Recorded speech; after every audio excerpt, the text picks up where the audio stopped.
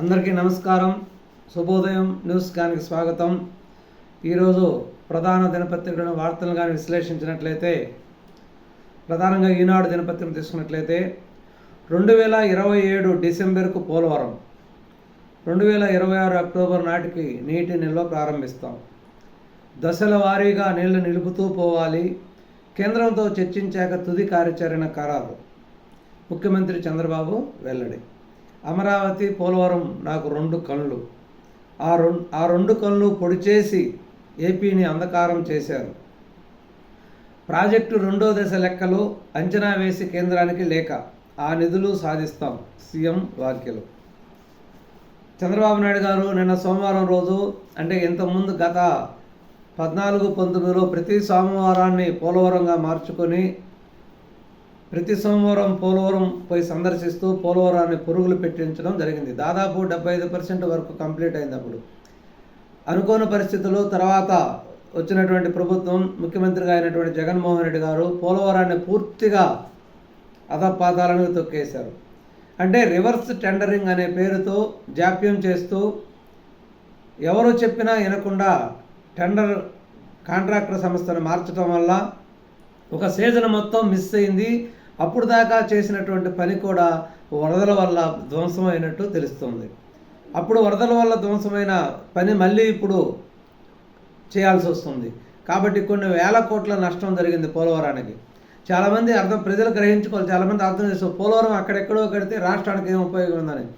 పోలవరం అనేది మన ఆంధ్రప్రదేశ్ రాష్ట్రానికి ఒక జీవనాడి లాంటిది. ఎందుకంటే ఆంధ్రప్రదేశ్ ఆర్థిక వ్యవస్థను ఇప్పుడు ఎక్కువగా ఇబ్బంది పెట్టేది, అతలాకుతం చేసేది విద్యుత్ వ్యవస్థ. ఇప్పుడు ప్రజలకు ఒక నిత్యావసర వస్తువు అయిపోయింది విద్యుత్. ఎందుకంటే 24 గంటలు ప్రతి ఒక గంట విద్యుత్ లేకపోయినా కూడా జీవన విధానంలో ఇబ్బందికరతుల పరిస్థితులు ఎదురయ్యేటటువంటి పరిస్థితులు వచ్చాయి. కాబట్టి ఈ పోలవరం కంప్లీట్ అయితే జల విద్యుత్ అనేది 24/7 360 రోజులు జల విద్యుత్తు ఉత్పత్తి చేసేటటువంటి శక్తి పోలవరం ప్రాజెక్టుకు ఉంది. అప్పుడు దాదాపు ఇప్పుడు మనం కడుతున్నటువంటి విద్యుత్ బిల్లుకి సగానికి సగం పైగా కూడా తగ్గేటటువంటి అవకాశం ఉంది. కాబట్టి పోలవరానికి మనం అంత ప్రాముఖ్యత ఇవ్వాలి. రాష్ట్రంలో కరువు పరిస్థితులు అన్నింటినీ కూడా తరిమివేయగల శక్తి పోలవరం ప్రాజెక్టుకి ఉంది. కాబట్టి పోలవరం ప్రాజెక్టు అనేది శరవేగంగా కంప్లీట్ చేయాలి. దానందరం మనం కూడా నైతిక మద్దతు ప్రభుత్వానికి ఇవ్వాలి. పోలవరం కార్యాచరణ అనేది ఎలా ఉందంటే, 2025 డిసెంబర్కు కొత్త డయాఫ్రమ్ వాల్ పూర్తి చేయాలని చెప్పాం. ప్రధాన డ్యామ్ గ్యాప్ 2 పనులు 2027 డిసెంబర్కు పూర్తవుతాయి. అంటే అక్కడ స్పిల్వే ఆనకట్టకి అటువైపు ఇటువైపు 2 గ్యాపులు 2026 అక్టోబర్ నుంచి నీళ్లు నిల్వ చేయడం ప్రారంభించేలా పనులు పూర్తి చేయాలి. కొత్త డయాఫ్రమ్ వాల్, ప్రధాన డామ్ సమాంతరంగా నిర్మించే అంశాన్ని పరిశీలిస్తున్నాం. ఎడమ కుడి కాలువలో అనుసంధానం చేసే పనులు కూడా 1.5 సంవత్సరంలో కంప్లీట్ చేయాలి. అప్రోచ్ ఛానల్ 2026 జూన్లోపు, స్పిల్ ఛానల్ 2027 జూలైకి, పైలట్ ఛానల్ 2027 మే నాటికి పూర్తి. ఎడమ కాలువ హెడ్ రెగ్యులేటరీ 2027 ఫిబ్రవరి, ఎగ్జిట్ ఛానల్ 2027 ఏప్రిల్కు, టన్నెల్ 2027 ఫిబ్రవరి వరకు పూర్తి. ట్విన్ టన్నెల్స్ 2026 చివరకు పూర్తి. ఈ విధంగా ఒక వేసుకున్న షెడ్యూల్కి ఒక 2-3 నెలలు 5-6 నెలలు అటు ఇటుగా అయినా కూడా పర్వాలేదు. షెడ్యూల్ ప్రకారం కానీ కంప్లీట్ అయినట్లయితే ఆంధ్రప్రదేశ్కి ఒక మహార్దశ పట్టినట్లయినటువంటి పోలవరం కంప్లీట్ అయితే. నేడే లోక్సభలో జమిలీ బిల్, ఆ తర్వాత పార్లమెంటరీ స్థాయి సంఘానికి సిఫారసు చేసే అవకాశం. అనివార్య పరిస్థితుల్లో ఏదైనా అసెంబ్లీ ఎన్నికలకు కొంత సమయం తీసుకోవచ్చు. బిల్లులో నిబంధన. ఎట్లకేలకు జమిలీ బిల్ అనేది లోక్సభలో ఈరోజు ప్రవేశపెట్టబోతున్నారు. ఈ జమిలీ ఎన్నికలకు సంబంధించిన బిల్ అనేది లోక్సభలో ప్రవేశపెట్టిన తర్వాత వెంటనే స్థాయి సంఘానికి, పార్లమెంట్ యొక్క స్థాయి సంఘానికి పంపించే అంటే అవకాశం ఉంది. ఎందుకంటే ఈ స్థాయి సంఘంలో అన్ని పార్టీ వాళ్ళు ఉంటారు కాబట్టి కొంత డిస్కషన్ జరిగి దీనికి మంచి రూపం వచ్చే అవకాశం కూడా ఉంది. ఒక నిబంధన కూడా పెట్టే అవకాశం ఉంది. ఏదైనా అసెంబ్లీ ఎన్నికలకు కొన్ని అనివార్య పరిస్థితుల్లో అప్పుడు అన్ని ఎలక్షన్లతో జరపలేని పక్షంలో కొంత వాయిదా వేసే అవకాశం అనేది రాష్ట్రపతికి ఆ అధికారాన్ని దఖలుపరిచే నిబంధన దీంట్లో చేర్చినట్లు తెలుస్తుంది. తబలా మోగబోయింది. సుప్రసిద్ధ విద్వాంసులు జాకిర్ హుస్సేన్ అమెరికాలో కన్నుమూత. ఊపిరితిత్తుల సమస్యతో ఆసుపత్రులు తుది శ్వాస విడిచిన సంగీత శిఖరం. సంతాపం తెలిపిన రాష్ట్రపతి ముర్ము, ప్రధాని మోడీ. సుప్రసిద్ధ తబలా విద్వాంసులైనటువంటి జాకిర్ హుసేన్ గారు అనేక పథకాలను సాధించి అనేక గౌరవాలను పొందాడు ప్రపంచవ్యాప్తంగా. 12 సంవత్సరాల వయసులోనే దేశ విదేశాలలో సంగీత కచేరీలు ఇచ్చినటువంటి వ్యక్తి, తబలలో విద్వాంసుడు. కాబట్టి ఇంకా ఈ తబలా విద్వాంసులు అనేది నిన్న అమెరికాలో తుది శ్వాస విడిచినట్టు చెప్తున్నది ఊపిరితిత్తుల సమస్యతో. ఒక రకంగా సంగీతంలో మేటి అయినటువంటి మంచి వ్యక్తిని కోల్పోవటం వల్ల మన సంగీతంలో ఒక శూన్యం అనేది ఏర్పడుతుందని కూడా మనం అనుకోవచ్చు. రాజ్యసభ సభ్యులుగా ఏపీ నుంచి 3 ప్రమాణ స్వీకారం. తొలిసారి తెలుగుదేశం పార్టీ సభ్యుడు సానా సతీష్ తిరిగి సభలోకి, బేదా మస్తానరావు, ఆర్ కృష్ణయ్య.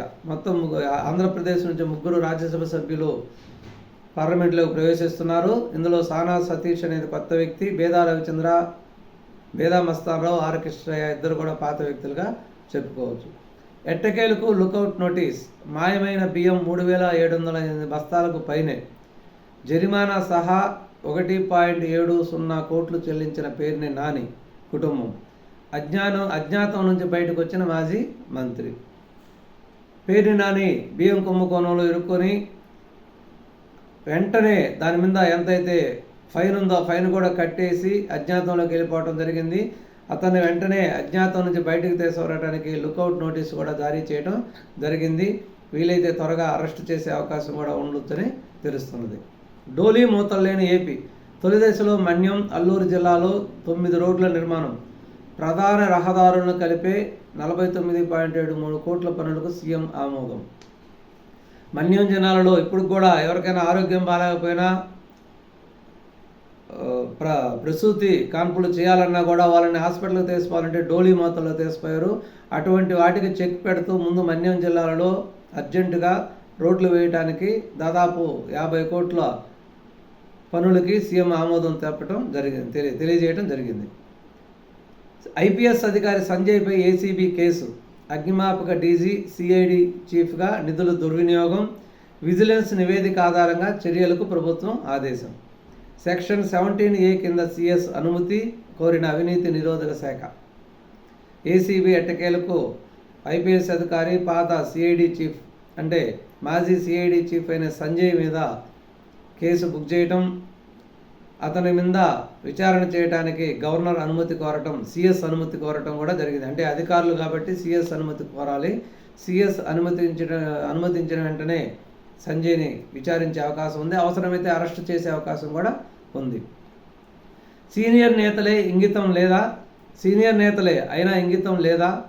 వైకాపా నేత జోగి రమేష్తో తెలుగుదేశం నేతలు అంటకాగుతున్నారా? చంద్రబాబు ఇంటిపై దాడికి దిగిన వ్యక్తితో కలిసి ఊరేగింపులా? బగ్గుమంటున్న తెలుగుదేశం పార్టీ శ్రేణులు. సామాజిక మాధ్యమాల్లో హోరెత్తిన నిరసనలు. చంద్రబాబుకు క్షమాపణ చెప్పిన మంత్రి పార్థసారథి. ఎవరొస్తున్నారో తెలియకే తప్పు జరిగిందన్న శిరీష. తీవ్ర ఆగ్రహం వ్యక్తం చేసిన మంత్రి లోకేష్. నిన్న నూజివీడులో జరిగినటువంటి సర్దార్ గౌతులచ్చన్న విగ్రహావిష్కరణ కార్యక్రమంలో గౌతులచ్చన్న మనవరాలైనటువంటి గౌతు శిరీష మరియు మంత్రి పార్థసారథి పాల్గొనడం జరిగింది. దీనిలో వైకాపా నేత జోగి రమేష్ రాసుకు పూసుకొని తిరగటం, కొనకళ్ళ లక్ష్మీనారాయణ వీళ్ళందరితో కలివిడిగా తిరగటం కూడా మనం అబ్జర్వ్ చేసాం. దీనివల్ల తెలుగుదేశం పార్టీ శ్రేణులు బగ్గుమన్నాయి.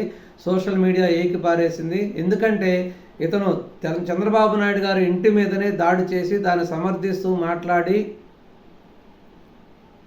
ఒక గౌరవప్రదం లేకుండా ప్రవర్తించినటువంటి వ్యక్తి. ఇటువంటి అసలు ఆంధ్రప్రదేశ్ తెలుగుదేశం పార్టీ అధినేత, తెలుగుదేశం పార్టీకు తలకాయ లాంటి వ్యక్తి ఇంటి మీదనే దాడి చేసినటువంటి వ్యక్తిని క్షమించకూడదు. అటువంటి వ్యక్తితో మీరు ఎలా రాసు పోసుకొని తిరుగుతారని చెప్పి తెలుగుదేశం పార్టీ కార్యకర్తలు, మీడియా, సోషల్ మీడియా బగ్గుమన్నది. దీని మీద వెంటనే లోకేష్ బాబు ఆగ్రహం వ్యక్తం చేసి దీన్ని విచారణకు ఆదేశించడం కూడా, అంటే ఇంటర్నల్గా వాళ్ళ పార్టీ పరంగా దీన్ని విచారణకు ఆదేశించడం జరిగింది. పాల్గొన్న వాళ్ళు టీడీపీ నాయకులకి సంజాయిషీ కోరటం కూడా జరిగింది. పార్థసారథి వెంటనే దీన్ని తెలుసుకొని ముఖ్యమంత్రి చంద్రబాబు నాయుడు గారికి సారీ చెప్పడం జరిగింది. తెలియకుండా జరిగిపోయిందని. శిరీష గారు కూడా మా తాతగారు విగ్రహావిష్కరణ కార్యక్రమం నన్ను పిలవడం జరిగింది. అక్కడ ఎవరు వస్తున్నారు, ఎవరు పోతున్నారు పూర్తి వివరాలు తెలియదు. ఇదేదో పొరపాటు జరిగింది, మిస్అండర్స్టాండింగ్ వల్ల ఇలా జరిగింది. ఉద్దేశపూర్వకంగా మేము అట్లా చేయలేదు. మేము ఎప్పుడూ కూడా వైకాపా నాయకుల్లో అంటకాగి తెలుగుదేశం పార్టీ శ్రేణి మీద దాడి చేసిన వాళ్ళను మా గేటు కూడా తాకనివ్వము అనే విధంగా మాట్లాడి వాళ్ళు సంజాషి ఇచ్చుకోవడం జరిగింది. ఈరోజు ఈ వార్తల్లోని ముఖ్యాంశాలు ఇవి. మరొక ముఖ్యమైన అంశంతో మళ్ళీ కలుద్దాం. నమస్తే, ధన్యవాదాలు.